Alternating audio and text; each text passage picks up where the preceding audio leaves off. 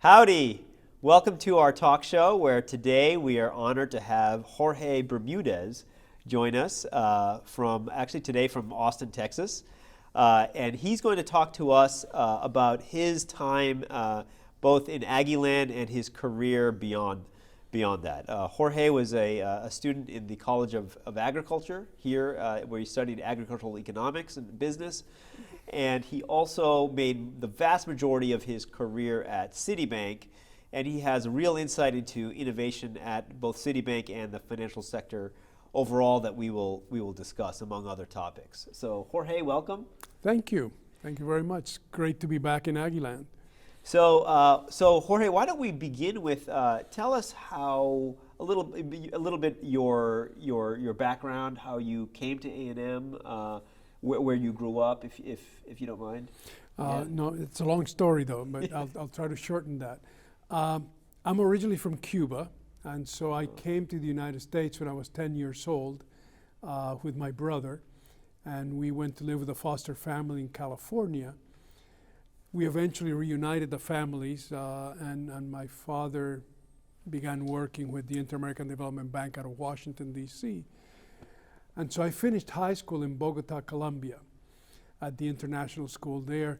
Decided that I wanted to study agricultural economics, and so I came to Texas A&M as a result of the recommendation that one of my father's colleagues, who was an Aggie, but I had never been to Texas, never been to Texas A&M. I knew very little about the school.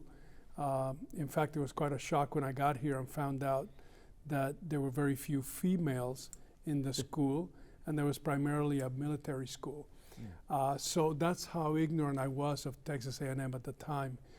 But that's how I ended up here, and I can't say it was love at first sight, but certainly over the 4 years I came to enjoy my life here, made lots of friends, and felt I got a very good education out of Texas A&M.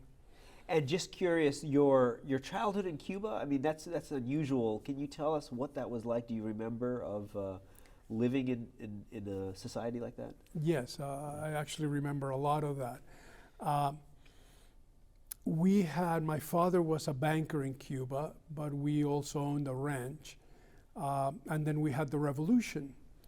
Castro was trying to topple a dictator who was extremely corrupt, and so he received a lot of support from the population in Cuba, including my family. But I remember as a child playing in the backyard and listening to shooting going on because there was a revolution taking place. And actually one time I was playing with my soldiers in the back, and an airplane came strafing by. They were strafing a fort that was down the road from where we lived. My mother came out and picked me up and brought me inside. But during that time, I used to have all our family, we slept in mattresses on the floor because there were shootings going on and you never knew where a stray bullet might come. So it was an interesting part of my life. Wow. We spent 1.5 years without electricity. Wow. Because Castro had cut the power lines to the city we lived in. So it was interesting, exciting. But as a child, I found it to be fun in many ways. Okay. How old were you when you left Cuba? 10. 10, okay. Yes, I left without my parents. We came here, just my brother and I. Okay. Under a program called Peter Pan, where they took out 14,700 children without their parents and brought them to the U.S. to be either with foster families or in orphanages around the country. I see. Interesting. Now let's fast forward to your time at Texas A&M. So I'm sure you didn't know many people when you came here. You weren't part of many communities that sent a lot of students to the A&M. What was that like for you? Well, my arrival here was difficult, to be very honest with you, especially because I had never been to Texas. I certainly had never been to College Station. College Station was extremely different then from what it is today. um, beginning with the fact that all students seem to go home on the weekends, but I started making friends. And one of the things that I found out early on was just how good Aggies can be, and Aggies can be to each other. My first day here, I walked out of the housing office with 2 trunks. It was the 4th of July of 1969.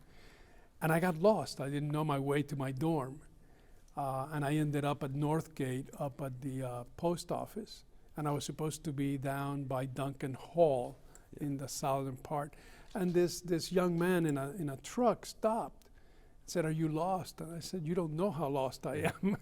And so he took me to my dorm, and that began my understanding of how Aggies help each other, and just frankly, what a wonderful school this was. Right. Let me give you ask you a pointed question. Tell me the best and the worst of your time at A&M. The best and the worst. I would say the best was probably the fact that as I matured here, I was given the opportunity to mature. I have to say that when I arrived here, I was probably quite immature in many ways. And I received a very stern warning from the dean of the College of Agriculture, Dr. Potts, who sat me down after my second semester and said, "You're not the man we thought you were when you were admitted to A&M." And there was a conversation that seemed to last a century. I'm sure it didn't last that long. But at the end, he said, "We're going to give you a second chance to see if you can be the man we thought you were." He says, "And I've met your father. I know the man he is, but that's not the man you are. So let's see if you can prove to us." That I've cataloged as the best, because it actually was an educator who took the time to give me advice and put me on notice that life was different. I was here for a purpose. The purpose was to get an education and do something better with my life. And so I, even though it's a very stern talk at the time, he changed my life. I became a serious student, and I was able to do the things that I should have been doing from the beginning. Right. So I catalog that as the best. Okay. The worst, frankly, was probably my first semester. Living in an unair-conditioned dorm in July and August and September, very hot, and not knowing people at that point, and finding that the campus would empty out every Friday, and not having friends initially. That transition is very hard. Sure. So I would actually catalog that as probably the worst part of my experience at A&M. Okay. Now tell us about your transition to the working world after A&M. How did you get your first job? How did you identify banking as an area you wanted to pursue? I wanted to be a banker since I was a child. I remember visiting my father's bank in Cuba, and then later on, while I was in high school, and liking what happened in a bank, liking as I learned more about what bankers do and how they help in the development of economies and people and companies. And so I wanted to be a banker, but I loved agriculture. And so I tried to marry the two by majoring in agricultural economics. And I found that to be the right balance, because there's so much in agricultural economics that's really applied economics. It's taking economics and applying it to markets, commodity markets, but it is applying that knowledge to markets. And I enjoyed that a lot. When it came time to get my master's degree, I decided that I wanted to go into agri-banking. So I was able to work out with the College of Agriculture. so that they would allow me to take a majority of my courses in the business school, that accounting, finance, management, etc., that would help me achieve the goal of becoming a banker. As a result, Citibank had just started an agri-commodities department, and it was populated by Citibank was a New York Center bank, and most of their in fact all of their employees and officers were people who had been educated either with an MBA from one of the Ivy Leagues or from the University of Chicago, but they had no one with a true agricultural background. So they came to recruit at A&M as a result of the relationship our department head had with the head of that department at Citibank. And they came down, I interviewed, and there were like 15 of us that were interviewing. I thought I had a very bad interview, but I guess it was good enough, and they reached out and hired me. So I actually became the first Aggie to be recruited and actually make it through the executive training program of a money center bank. So I was very proud of that. It also showed me, by the way, something that for me became very important, and that is I had a Master's of Agriculture degree from the College of Agriculture, and I was competing in the training program with MBAs from, like I said, the University of Chicago and the Ivy League schools. And what I learned very quickly was that the education that I had received at A&M was the quality of education that allowed me to very effectively compete with the other trainees who came from better known schools at the time. Because Texas A&M at the time, Korok, was not as well known nationally as it is today. Right. Wow. And was that, was your first assignment in New York City? It was, yes. So the very transition from College Station to New York.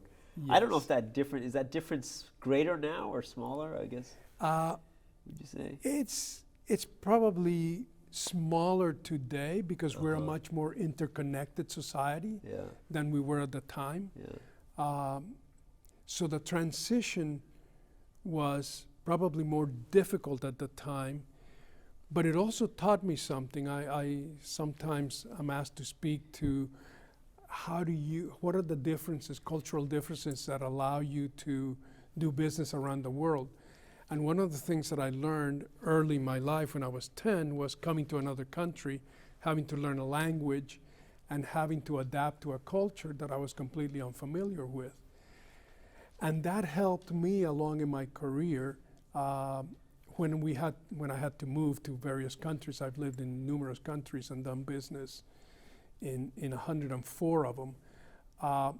But it helped me be sensitive to how important a change in culture is and how different cultures can be.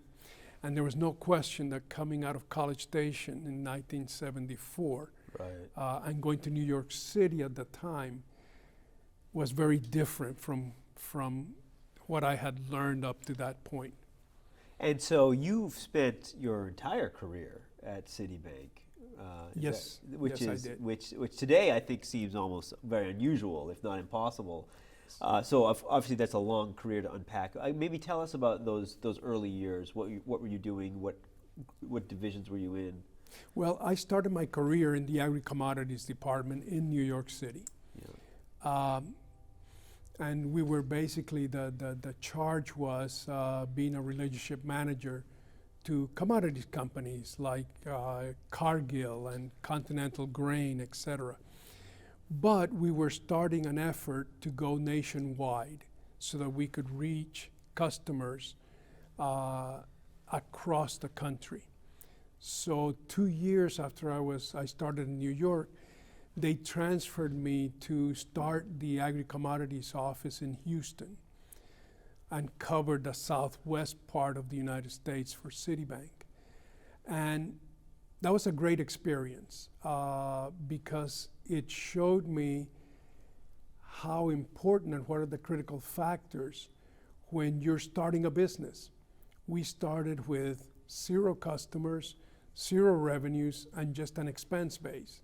And we had to figure out how to create a market, how to create prospects, and how to convert those prospects into customers so that those customers could begin to generate revenues for the bank and make our office viable. And that was an extremely important lesson that I learned early in my career in terms of making sure that you begin to understand customers' needs well enough when frankly many of the customers didn't even know what a Citibank was. So that was an early experience that helped shape my career a lot. I see. I did that agri-commodities for the first 5 years of my career. And then I was transferred to the, what Citibank called the Institutional Recovery Management, which was the area of the bank that restructured major companies that were in trouble. You're too young to remember, but there were companies like Pan Am, which was in trouble at the time. Right. Macy's, Johns Manville, Rio Tinto, which were all major economic groups, but they were in trouble. They had borrowed too much and they couldn't repay. And so, again, at a very young stage in my life, I was probably at that time 28, 29, I was given responsibility for some major workouts of companies where you had to sit across the table with 140 other banks and negotiate new terms and try to restructure the companies so that they could actually survive, which is truly financial engineering at its best. Right. Trying to find what is the healthy core of a company that you can then build around so that it can then begin to repay bondholders or debt holders like banks and still provide some return for shareholders. So it was pure corporate finance, and I enjoyed that part of my career tremendously. I got the opportunity to go overseas. I spent a year and a half in Spain, spent time in Mexico, and then I was transferred full time to Venezuela to run the corporate investment bank of Citibank in Venezuela, which was again a very good experience because at that time the countries in the developing world were going through their debt crisis. And so we had to restructure the debt of sovereigns.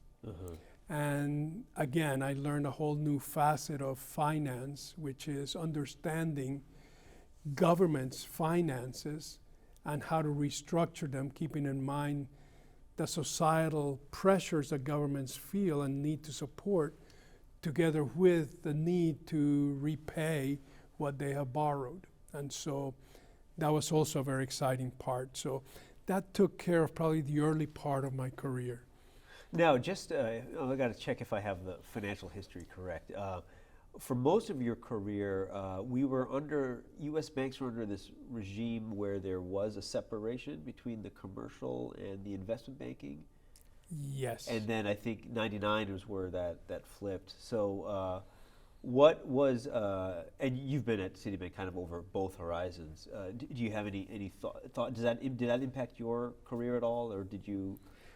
It did in a way that before 1999, although we had the corporate and investment bank businesses inside the bank, we kept Chinese walls between the two so that we could still do our commercial banking, but we were able to also provide certain, not a full breadth, but certain investment banking services and products so that the customer could achieve their goals dealing with primarily ourselves. Right. There, of course, were situations we couldn't do M&A. So there were certain restrictions that kept the two apart, and we ran them as distinct businesses. Right. Versus merging them together, which is what happened in 1999, which was, by the way, as a result of that's right. the creation of Citigroup, Right. which was the merger of Citibank with, at the time, Travelers. And I don't know if you know this little bit of fact, but one of the senators who was behind that act was Phil Graham, who was an A&M economics professor. That's very true. Yeah. That's very true. And I do know, I don't know him well, I've met Senator Graham. Yeah. But yes, he was one of the instrumental forces behind that. Right. In 1998, when Citibank and Travelers started talking about merging, it was illegal. Yeah. It was an illegal merger because of the Glass-Steagall Act.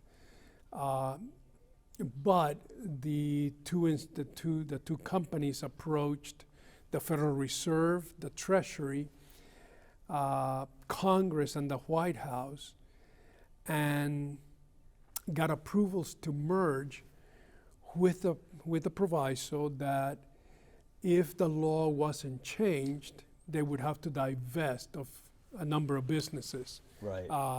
If the merger was allowed to happen and the legislation was not changed. Yeah.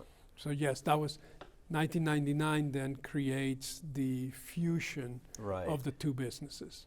And so you kind of rose up the ranks through the.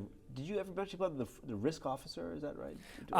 At various times in my career, various times, yeah. I went from running businesses to being a risk officer for a certain geography or group of businesses, and then back to running businesses. Okay. So I went back and forth between business and risk. Okay. And then so from 99 till your retirement in 2008? Is 2008, yes. So that was a very interesting time, right? After I guess kind of the start of the first internet bubble to the financial crisis. That's correct. Yeah. So can you tell us about those years? Well, I can tell you that I spent the majority of those years in the business side of the business, as opposed to risk. But, you know, if I look at my career, we lived through I was with Citi for 34 years. If I look at my career, we had the developing countries crisis that almost bankrupted a number of banks. We had the savings and loan crisis, which did bankrupt a large number of institutions. We had the banking crisis in Texas, which created a lot of turmoil in the financial world here. We had the real estate crisis in the early 90s with the mortgages. Then we had the tech bubble in 2000. Right. And then the financial crisis in 08 actually began in 2007 and blew up in 2008. So I had a chance to see a number of these financial disruptions in the market, which created both risks and opportunities, which is the way you have to look at, frankly, markets, is wherever there is volatility, there's risk and there's opportunity. And the critical part for people who are playing in those markets is to determine where's the risk, understand the risk, where are the opportunities, and take advantage of the opportunities. Now, let me actually pivot the conversation a little bit towards innovation in the financial sector. Yes. If you want some water, please feel free. Thank you. I was actually in, I don't know if you knew this, but I was working in the Bush White House in 2007, 2009. I was on leave from the University of Chicago, and I was on the Council of Economic Advisors. And I'll tell you, up until the point I arrived in July of 2007, and essentially for maybe the 5 years before that, Chicago was, still is, very much the hotbed of financial economics. And My wife tells me that all the time. She has an MBA from Chicago. She does, She right? tells me that all the time. That's exactly right. That's exactly right. Yeah. The view then was that the financial innovation in Wall Street through securitizing risk was unambiguously good. That was essentially right. That's what I was essentially taught at the lunch table at Chicago before I got to Washington. And then once I got there, essentially July of 2007 is when credit spreads started blowing up, the debt markets started collapsing, and then eventually the equity markets. You were at Citibank during that time. I'm just curious about your view of that specific financial innovation. Did you know about what was happening at the time? Did you see it happen? Was anyone worried about the downside risks? I mean, I know it's hard to look into the future at any point, but back then, how was it back then? Financial innovation is always, to me, is positive. It's how that innovation then gets implemented and used. I would agree that what was happening was actually very positive, potentially, for the markets, and for the economy and for society. When it's taken too far is when a problem begins to take place. Yeah. And many of the financial innovations that you are making reference to were abused in many ways. Yeah. They were abused by investors, they were abused by banks, and the crisis of '08, which began in '07, is a perfect example of how that can get abused. Some of those securities and securitizations that were being sold to the market were being structured in ways that would by nature create a problem if, in this case, the price of real estate was ever to come down. Right. Banks were creating these securities. They were doing the securitizations, and they were selling it to the markets. Investors were not truly understanding what it was that they were investing in. Yeah. They weren't really doing the in-depth homework that needed to be done to understand the true underlying risks of the securities that they were acquiring. Even banks were missing some of the underlying risks that ultimately they ended up paying a very heavy price for. Yeah. One critical component, for example, is you have market rules. Yeah. Banks were able to create the securities and hold them, but they were supposed to be held for a period of 90 days or less Yeah.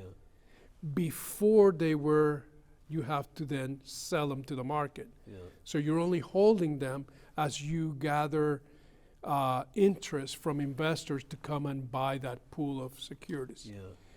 What many banks unfortunately started doing was going beyond the 90 days and holding these securities for longer periods of time, collecting the interest that these securities paid, and being very relaxed about actually laying them off into the market. Or when they actually did sell them, they were selling them with repurchase agreements that they would take them back if there was a problem. Yeah. And that created then, when real estate markets initially began to collapse, the price of real estate began to come down. Many of the pricing models that were being used for those securities had never taken into account a decline in the price of real estate. Yeah. They had factored into their models at the worst case scenarios, a flattening of the price of real estate, but never a decline. And so that started creating then major losses. Right. So Right.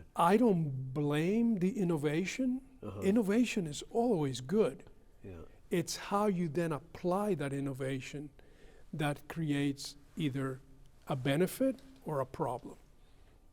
So that was obviously a very unique point in time in financial history, and I know some of our students may have been too young to really understand what was happening. I highly recommend you learn about that. There's several books written about that time during the aftermath of the financial crisis.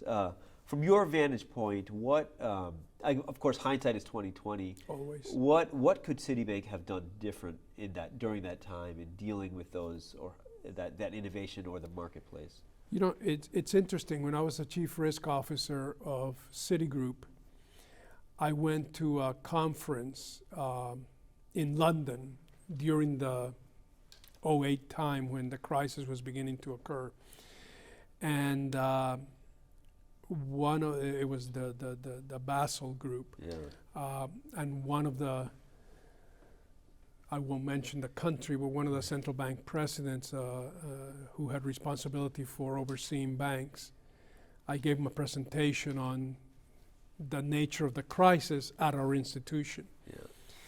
And one of the comments he made to me was,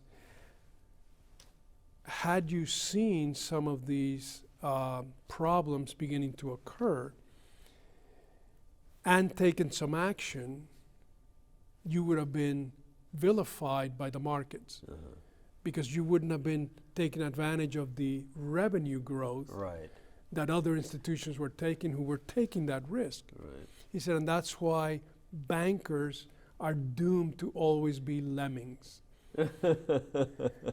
If you know what lemmings are, they're little creatures that go off a cliff following each other every so often. Yeah. But there was a very interesting comment because Yeah. to your question, what could we have done different?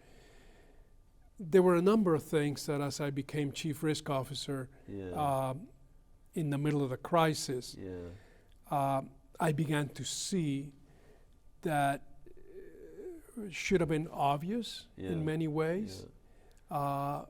But to have taken action at that point would have meant giving up on revenue opportunities Yeah. that every institution was taking advantage of in order to maintain the kind of earnings growth that the equity markets pay for. So there are lots of things, Yeah. and maybe that's a topic for another conversation, Yeah. but there are lots of things. In fact, some of the things that I would have recommended pre-crisis, but it's a hard thing to do. Yeah. Yeah. Our chairman at the time made a very unfortunate comment in July of 2007 when asked about the potential crisis and what the Citibank's view was. And he made a comment that's been quoted in every newspaper. We'll keep dancing as long as the music Right. runs. Right. Right. You know, that was an unfortunate comment. Yeah. Yeah. That's a famous comment. Yes, Yeah. yes. Yeah. And you know, from my perspective, we were when I was in the Bush White House, dealing with working with the Treasury Department on the response to the crisis. Is as you know, there was a lot of talk in the press about whether some banks are too big to fail, and Yes. and the government's response to those banks. I'm just curious from your side, what was the sentiment from Citigroup? Was there ever a conscious discussion about how the government would respond, given that you are Citigroup, a major, if not the major, consumer bank in the country? Was that, how did that factor into any of your decision making? Well, let me first say, it didn't factor at all into decision making pre-crisis. Right. So along the way, Right. as a banker, you're never thinking of, I'm going to be bailed out by the government. Right. Because there's a cost to that. It's a big cost to getting bailed out by by the government. And so it would be very unhealthy to view that as a means of taking risk. So that was not something that was thought about at the time. Yeah. Even during the crisis, I don't think we ever sat down and said the government's going to bail us out. Yeah. Because that was actually very unusual. Right. And as you know, Right. eventually when it did happen, Yeah. it's a very unique set of circumstances. The thought always was, how do we raise more capital? Yeah. How do we raise the capital we need in order to withstand the potential losses that are built into our balance sheet? So government bailout was not a strategy, ever. And I think when it happened, which it happened with a number of banks, not just Citigroup, Yeah. but when it did happen, it came with a very high cost attached to it. Right. Well, that was you were right there in the middle of things. Did you leave Citibank in 2008 related to the crisis, or was I was leaving Citibank in 2007. 2007? Okay. My agreement at Citibank was that I would, at Citigroup, was that I had informed them in 2007 Yeah. that I was going to take early retirement in Yeah. 2008. Yeah. When our chairman resigned in 2007 and the board released the chief risk officer of the company, the board approached me and asked me if I would take over as chief risk officer. Yeah. I didn't want to at the time Right. because the crisis was upon us. Yeah. But eventually I did take the role, but with one agreement. We didn't have a CEO or chairman at the time. There was an interim chairman.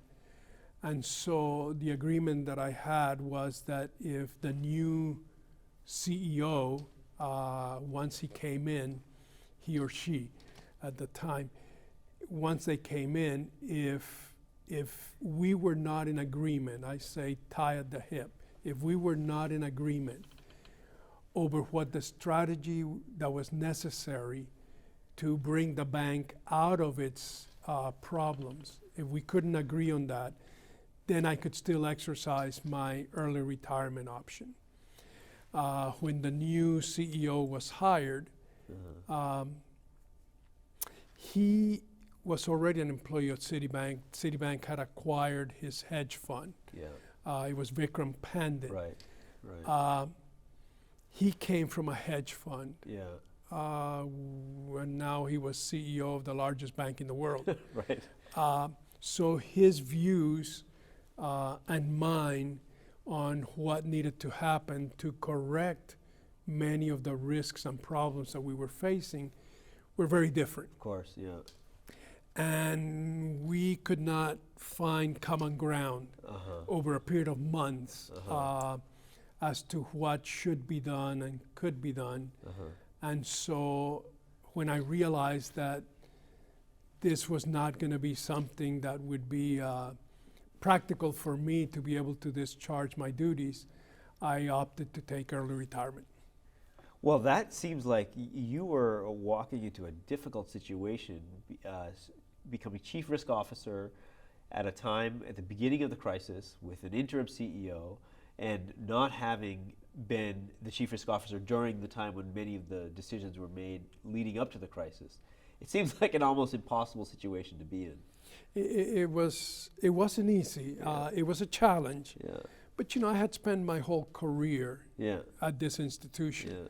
And I had a tremendous amount of loyalty to this institution, and that's ultimately what led me to accept the role of Chief Risk Officer. If I could still help this institution solve its problems, then for me, that there was a level of satisfaction in doing so. Let me now move the conversation up to the present. Some of the hottest topics today are Bitcoin and blockchain, and its potential for changing the financial sector. We have an annual at the Mays Innovation Research Center, which is hosting this show. We have an annual Bitcoin conference. I just returned from the Texas Blockchain Summit last week. Do you follow the space? Do you have opinions on how radical this innovation will be for traditional banking? Any thoughts you want to share? Well, at one point in time in my career, in fact, it was from '99 to 2002, I was responsible for innovation at Citigroup. Right. That was my role. That's right. And so innovation has always been something that has been of extreme interest to me. Yeah. When I do follow it, Yeah. I'm not going to call myself an expert, but I do follow it. Yeah. And I think, frankly, there's a lot of debate about Bitcoin, the value of Bitcoin, of other cryptocurrencies. I don't know if you know this, but El Salvador Right. has, recently That's right. made Bitcoin their national currency, in addition to the U.S. dollar.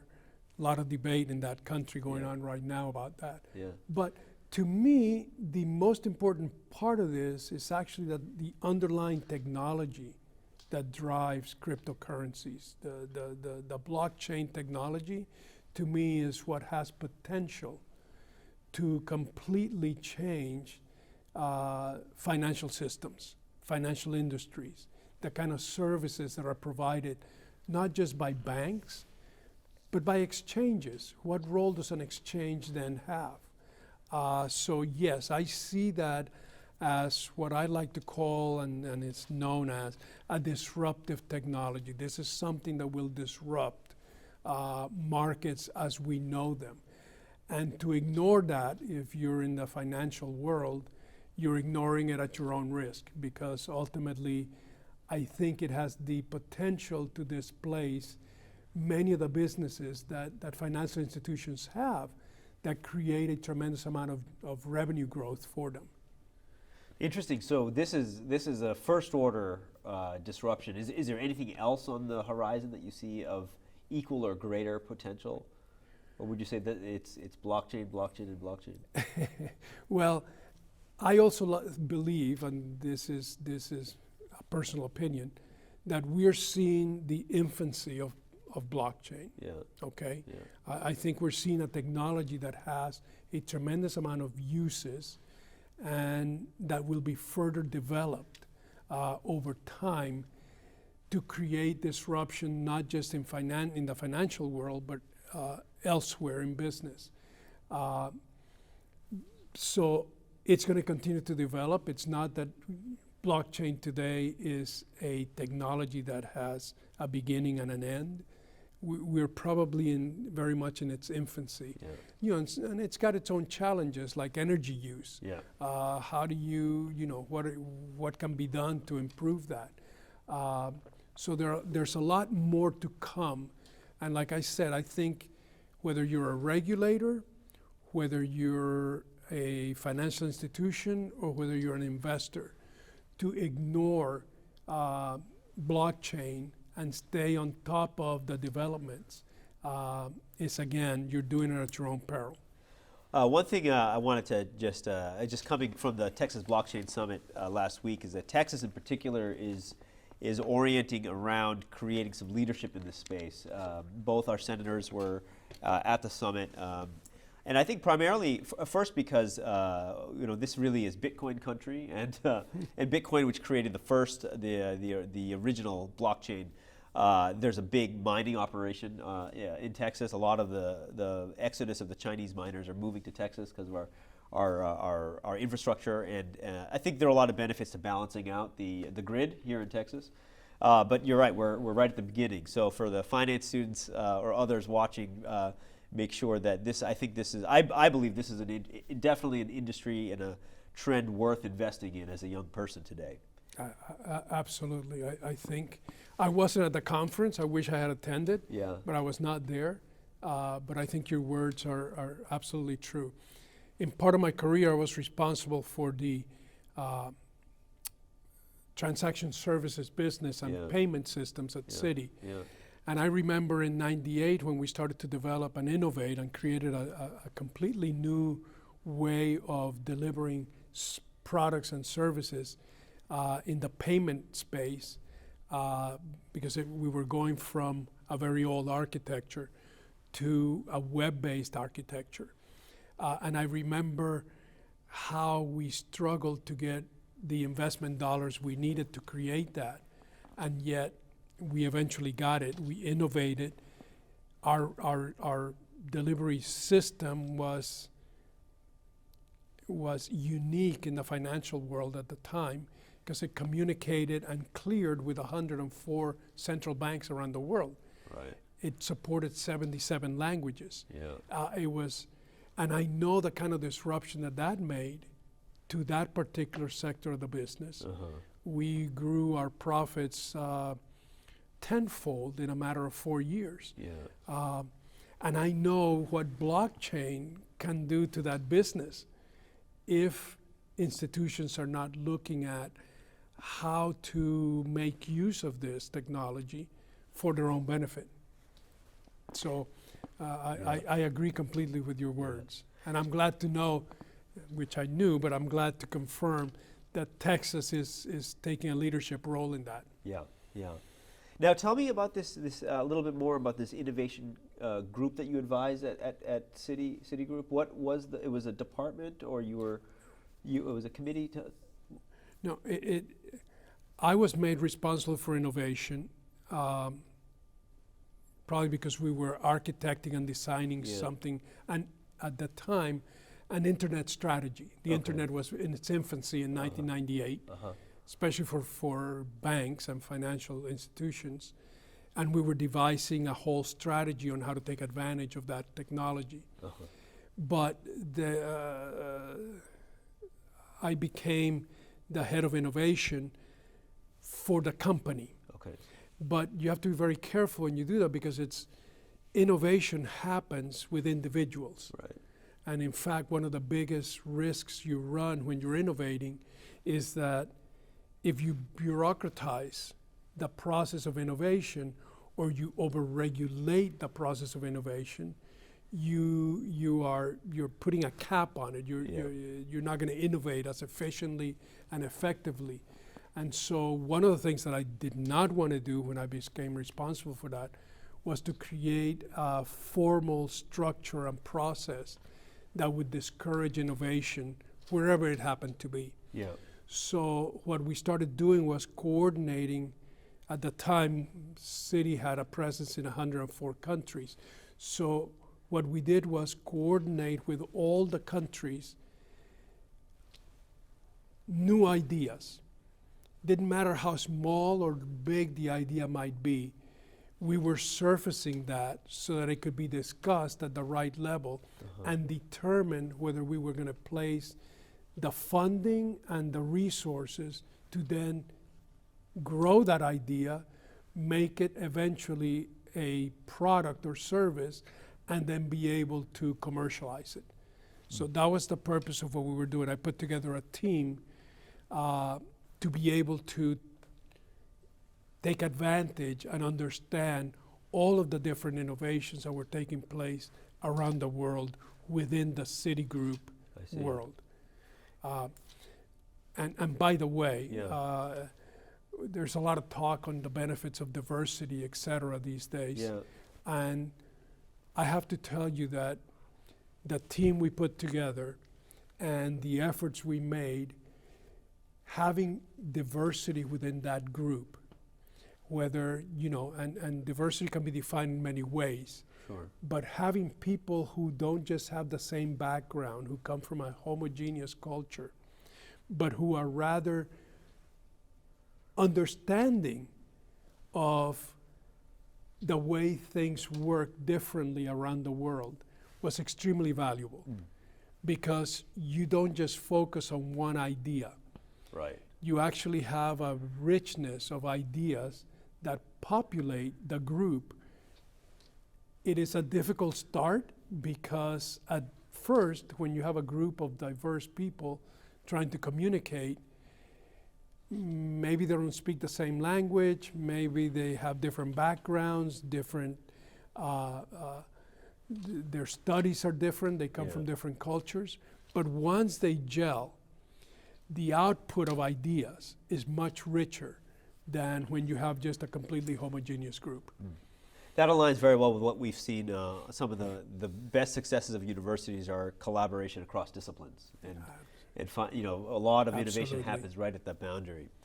I guess Jorge, that's been very, very interesting. In our, you've had a great run of service to Texas A&M. Thank you for that, both as on the foundation board where you chaired it for some time, as well as for the Association of Former Students. Tell us, especially to the students in the audience, what parts of your A&M education were the most useful to you? What parts did you get the most value out of your entire career? You know, Korok, if I might, there is, and this is different for everybody, but what I found in my career that I used every day, and that it became part of the way that I think, and even through today, it's probably my understanding of economics. Because one of the things that I have come to learn over the years is that understanding how economies work, understanding the economic factors that drive markets, drive decisions, becomes very important. And so I'm not negating the value of finance, which I use a lot. Right. Or accounting, which is what allows you to understand finance. Right. To me, accounting is like the grammar that allows us to understand the language of finance. But economics is an overlay that allows you to understand why things are happening in a particular way, and allow you to then, understanding that, forecast and look forward to the future as to what the outcomes may be. So for me, the economics background that I had has been extremely helpful. I'm happy to hear that as an economist myself. So my last question for you, Jorge, is if you had to put yourself in the shoes of a student today, what would you tell them? What life lessons would you offer, or career lessons, if there was one thing you would tell them as they launch off into this brave new world today? What would you say? You know, there are a couple of things that I would say are critical. Always be informed. The risks that ultimately come out and bite you are the ones that you didn't understand.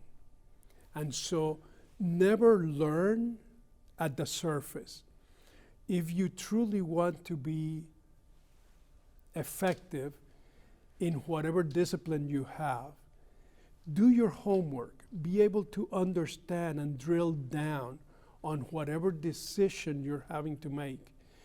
Don't just assume something. Make sure that you understand what is behind whatever decision you're trying to make.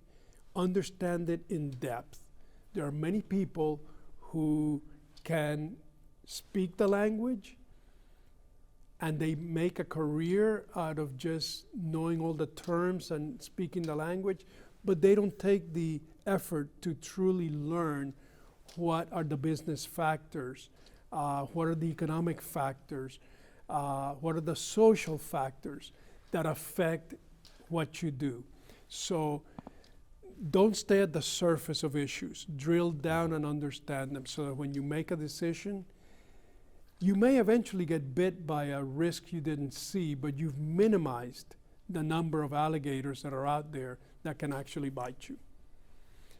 The last thing, maintain your integrity. Integrity is binary. You either have integrity or you don't. And if you ever put a value on your integrity, if you ever put a price on your integrity, you have violated integrity. And so use that moral compass we all carry inside when we know we're about to do something that's not right, and pass it over because it's not worth it.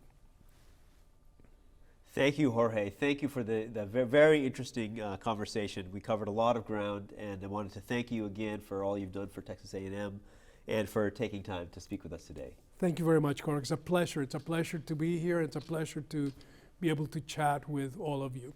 Okay, great. Thank you. See you next time.